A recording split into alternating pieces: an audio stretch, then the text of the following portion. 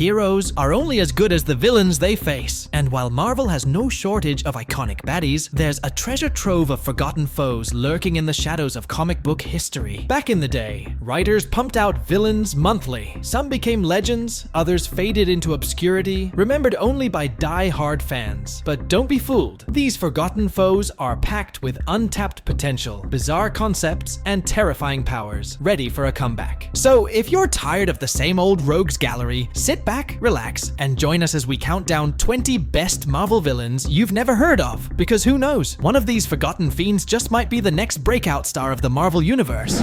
Starting off our list is Facade, a high-tech villain introduced in Web of Spider-Man 113 back in 1994, with a robotic suit called the Full Acclimation Combat and Defense Exoskeleton. Yes, that's a mouthful. Facade was set up as a mystery villain whose identity could have been anyone. But instead of becoming the next Green Goblin, the story was dropped, and the character faded into obscurity. Years later, Dan Slott tried to joke about the reveal, only for nobody to care. Still, the concept of an anonymous armored villain has potential. With the right twist, Facade might just be ready for a comeback. Next up is Blood Axe, a villain straight out of the 90s with a design and attitude to match. First appearing in Mighty Thor 450 in 1992, Blood Axe was created when Scourge the Executioner's mystical axe landed on Earth and transformed its wielder into a bloodthirsty powerhouse. Initially a mystery, the villain was revealed to be Jackie Lucas, love interest of Eric Masterson, better known as Thunderstrike, the replacement Thor. In a dramatic showdown, Thunderstrike freed Jackie from the axe's influence, but nearly fell to its bloodlust himself. In the end, he sacrificed his life to destroy the axe and end its deadly curse. Though Blood Axe hasn't been seen since, the concept of a cursed weapon with devastating consequences still holds potential in today's Marvel stories. Next, the Brothers Grimm are as weird as they are forgettable. First appearing in Iron Man 187 in 1984, these twin brothers, Percy and Barton Grimes, wore enchanted costumes that gave them the ability to conjure small magical items. Their bizarre origin? The costumes were possessed by the divided spirit of a wizard who controlled the brothers like living dolls. While their powers were unique, their lack of impact kept them from standing out. After joining the obscure villain team Nightshift and later the Hoods Gang, the Brothers Grimm faded into the background of Marvel's rogue roster. Quirky? Yes. Memorable? Not so much. Coming in at 17 is Egghead, aka Dr. Elias Starr, the brainiac with a villainous streak and a head to match. First appearing in Tales to Astonish 38 back in 1962, Egghead was one of the few villains who could intellectually spar with Hank Pym, the original Ant-Man. Despite his genius, Egghead's schemes rarely paid off. He even formed his own version of the Masters of Evil, twice, but both rosters flopped against Pym and the Avengers. While Egghead popped up more often than some other villains on this list, he's never been a standout. Even his brief MCU appearance was blink and you'll miss it, much like his legacy in the comics. A smart villain with a big head, but not quite big enough to leave a lasting impression. At 16, we have Warhawk, a villain with bulletproof skin and super strength, who was, in many ways, a prototype for Luke Cage. First appearing in Marvel Premiere 23 in 1975, Warhawk gained his abilities when the same super soldier serum that empowered Luke Cage was tested on him first. Unlike Cage, Mitchell Tanner, aka Warhawk, used his powers for darker purposes, becoming an assassin. Trauma from the Vietnam War and the serum's side effects turned him into a bigoted, unstable foe who clashed with heroes like Iron Fist, the X-Men, and eventually Luke Cage. Though his steel skin and connection to Cage could have made him a recurring rival, Warhawk's toxic worldview likely kept him from making a bigger impact in Marvel's lineup. Still, his story offers a compelling dark mirror to Cage's journey as a hero.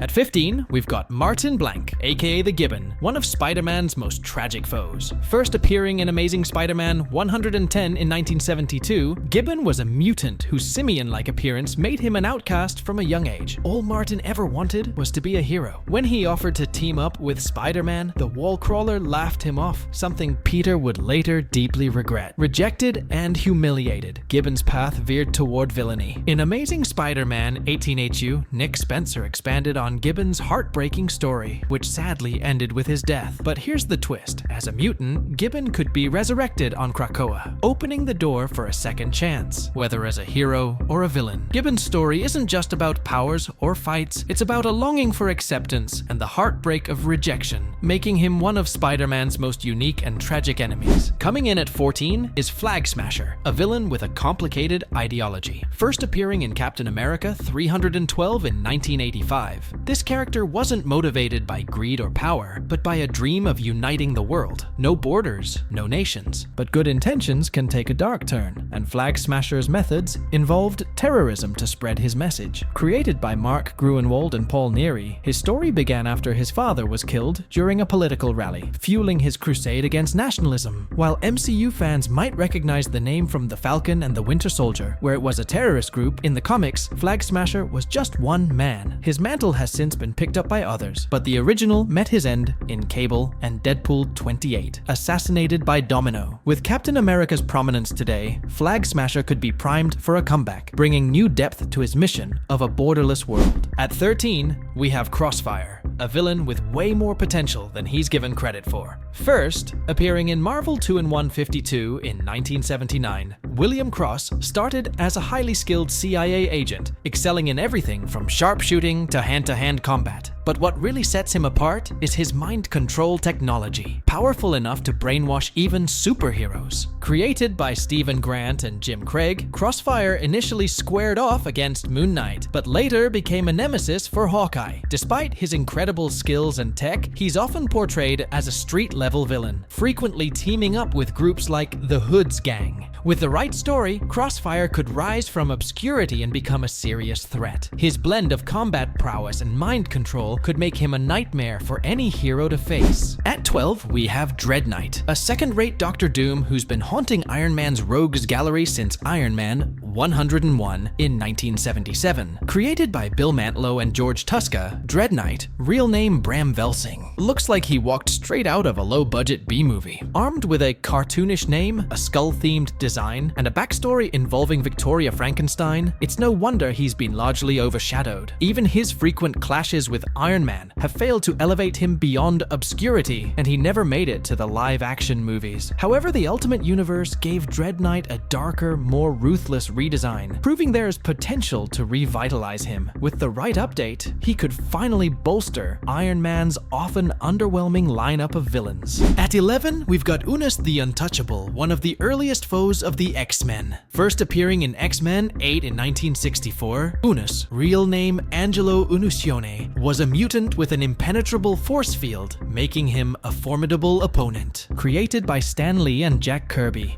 Unus joined the Brotherhood of Mutants and carved out a career as a criminal.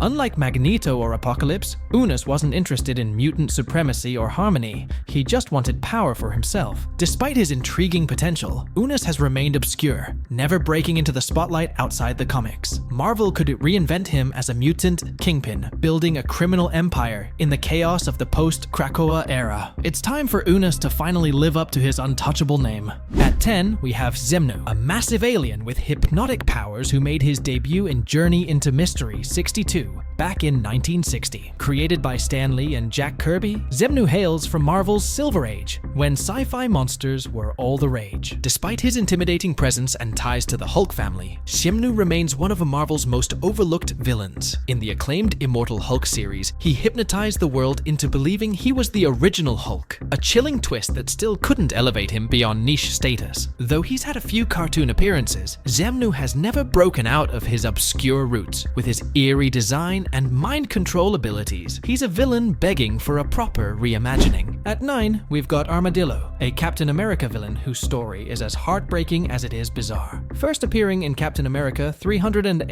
in 1985, Armadillo was created by Mark Gruenwald and Paul Neary as a man desperate to save his terminally ill girlfriend. Undergoing a dangerous procedure to pay for her treatments, he was transformed into a monstrous hybrid of man and armadillo. Despite his immense strength and size, Armadillo was never truly intimidating, often treated as a joke, even by his creators. While he's never gained traction in comics or other media, Armadillo isn't inherently evil, making him a strong candidate for redemption. With the right story, he could take on a new role, perhaps as a tragic hero in the vein of The Thing or Hulk. Coming in at 8 is Overdrive, a mechanic turned supervillain who first appeared in Free Comic Book Day 2007, Spider-Man. Created by Dan Slott and Phil Jimenez, Overdrive started with dreams of being a hero but lacked the skills to pull it off. After a deal with the power broker, he gained nanobacteria powers that let him modify and control vehicles on the fly. Unfortunately, James Beverly isn't exactly the most creative guy. He mostly sticks to getaway cars and other vehicle-based antics.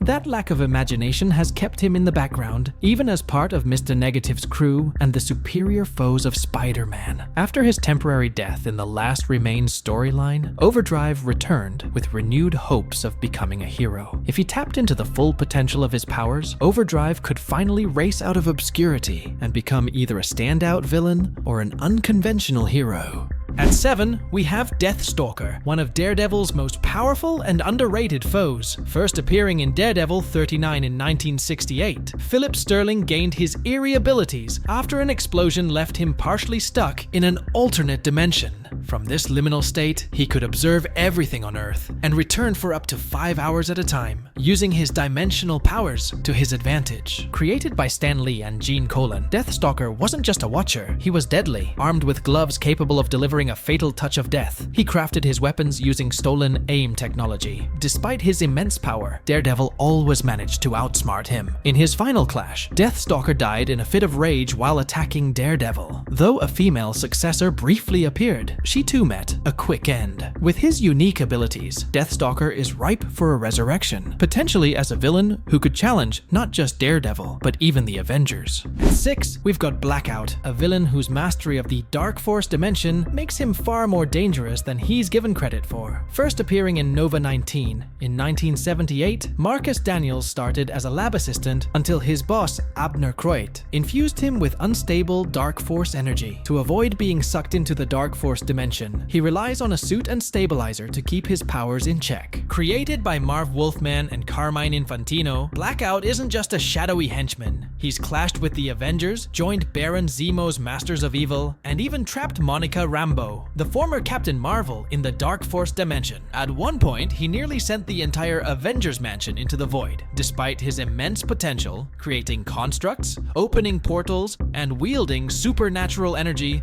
Blackout has largely been relegated to a supporting role. With the right storyline, this dark and unstable villain could rise as a major threat to heroes with supernatural ties. At 5, we've got Madcap, a chaotic and unhinged villain who's essentially Deadpool without the moral compass. First appearing in Captain America 307 in 1985, Madcap's origin is as tragic as it is twisted. During a church trip, his bus collided with an AIM truck carrying dangerous chemicals. He woke up as the sole survivor, completely unscathed but mentally shattered. Created by Mark Grunwald and Paul Neary, Madcap discovered 2 horrifying abilities. He's completely indestructible and can induce insanity in others with a single touch. His belief that life is meaningless drives his random, chaotic acts of violence, making him a dangerous foe for heroes like Deadpool and Captain America. Madcap's insanity reached new heights when he impersonated Deadpool, killing in his name. Despite his dangerous potential, he's been underutilized in Marvel Comics. With his unpredictable nature and terrifying powers, Madcap could easily disrupt the lives of countless heroes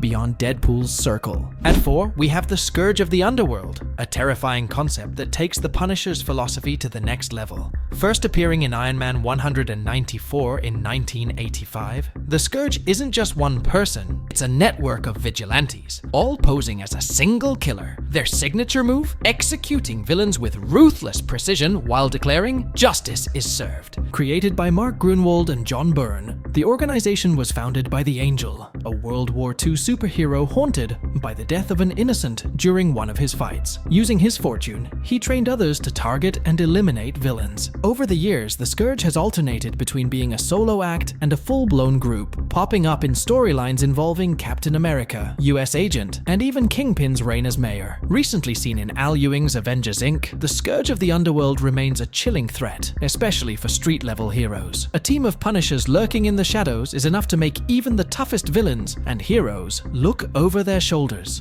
At 3, we have Nightshade, a criminal mastermind whose genius is often underestimated. First appearing in Captain America 164 in 1972, Tilda Johnson grew up in a tough environment, but quickly proved herself a prodigy in genetics, cybernetics, and physics. By age 16, she turned to crime to escape her circumstances, creating some of Marvel's most bizarre schemes. Created by Steve Englehart and Alan Weiss, Nightshade isn't just a skilled fighter, she's a brilliant scientist. One of her most infamous moments was using her science to turn men into brainwashed werewolves. She even transformed Falcon into one and had him attack Captain America, cementing her place as a uniquely dangerous foe. Despite her villainous beginnings, Nightshade eventually transitioned to heroism. She worked alongside Nighthawk, taking up his mantle after his death during Secret Empire and inspiring others to fight Hydra Cap's regime. Still, she's not forgotten her roots, last seen hanging out at the bar with no name with fellow rogues like Juggernaut and Conan the Barbarian. With appearances in the Luke Cage Netflix series, Nightshade has shown she's far more than an obscure villain. She's a genius waiting for her next big moment. At 2, we have Loxias Crown,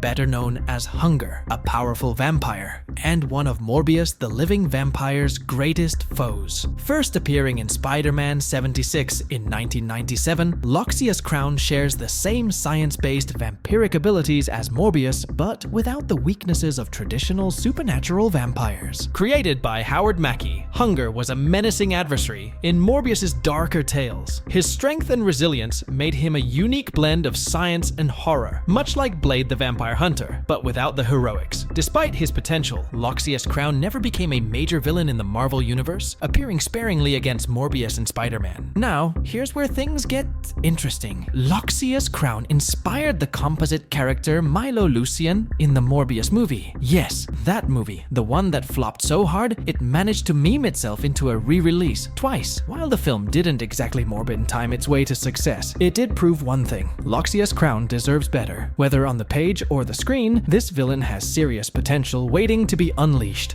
And at 1, we have the Punisher. No, not Frank Castle with the skull logo and a vendetta, but Galactus's robotic enforcer. First appearing in Fantastic 449 in 1966, this Punisher debuted in one of the most iconic Marvel stories of all time, The Coming of Galactus. Created by Stan Lee and Jack Kirby, this hunched, mechanical minion was tasked with attacking the Fantastic Four alongside the far more memorable Silver Surfer. And, let's be honest, standing next to the Surfer is a tough gig for any character, let alone a robot with no personality. Still, imagine this for a second. Marvel revives the original Punisher, this time as a reprogrammed cosmic enforcer battling against his old boss, Galactus. A redemption arc for the ages. It's a long shot, but hey, crazier things have happened in the Marvel Universe. That wraps up the list. 20 of the most overlooked, underrated, and downright bizarre villains Marvel has ever created. Some are tragic, some are terrifying, and some, well, they're just unforgettable in the strangest ways. Which one deserves a comeback? Or is there another obscure villain waiting for their moment in the spotlight?